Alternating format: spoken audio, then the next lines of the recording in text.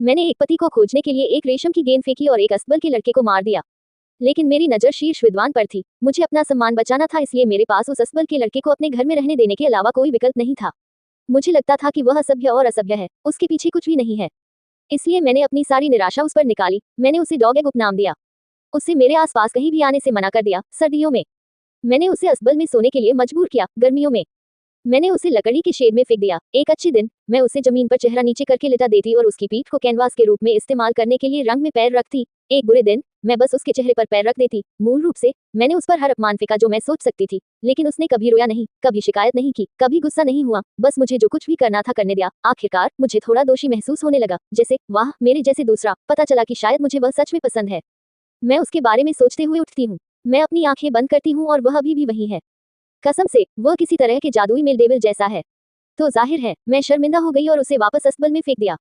उसे असबल में रखने से पहले मुझे बहुत अच्छा लगता था। अब मैं चुपके से उसकी जासूसी करने जा रही हूँ। वह सचमुच मेरे ही घर में है और किसी तरह मैं ही प्यार में पागल हूँ।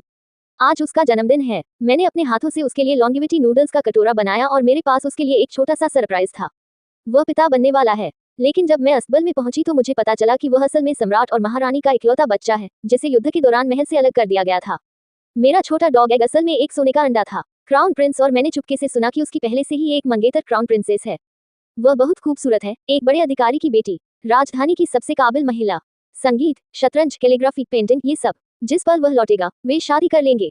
मेरा असबल पूरी तरह से घेर लिया गया था। जिस पल उन्होंने मुझे चुपके से घूमते देखा, रॉयल गार्ड्स ने अपनी बाहें दबा दी। मेरी गर्दन पर सीधे ब्लेड। तुम्हारी हिम्मत कैसे हुई? तुम अहंकारी आम आदमी हो, तुम बिना घुटने टेके महामहिम के सामने खड़े होने की हिम्मत करते हो। मुझे अचानक उदासी की एक लहर महसूस हुई। मैं घुटने नहीं टेका, मैंने बस अपना सिर कटने का जोखिम उठाया और बहुत सावधानी से उसका हाथ पकड़ लिया। क्या तुम सच में युवराज हो? आज मेरे लिए तुमने कौन सी नई यातना की योजना बनाई है?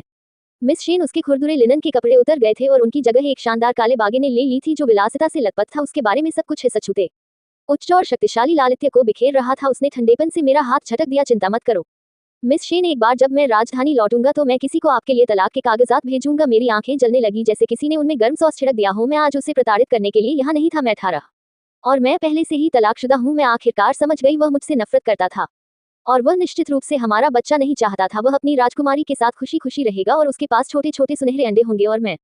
शेन यूचू उसके मुश्किल समय के दौरान सिर्फ एक साइड स्टोरी थी। वह पागल लड़की जो उसे धमकाती थी मिस शेन कुछ और। उसने मुझे वही जमी हुई खड़ी देखा। वह झुककर मुझसे फिर से पूछा। मैं चाहती थी कि वह मेरे बनाए नूडल्स चखे, लेकिन उसके साथ मैंने जो कुछ भी भयानक किया था उसके बाद उसने मेरा सिर नहीं काटा। वह पहले से ही दया थी। ऐसा कोई तरीका नहीं था कि वह मेरे खाना पकाने के पहले प्रयास को खा जाए। मैं डर गई थी। मेरे पूरे परिवार ने आवाज करने की हिम्मत नहीं की। मैंने बस अपना सिर हिलाया। आंखें लाल थी। उसने एक ठंडी मजाकिया हंसी उड़ाई, अपने घोड़े पर चढ़ गया और कभी पीछे मुड़कर नहीं देखा। ऐसा लगा जैसे मेरा दिल बस खोखला हो गया।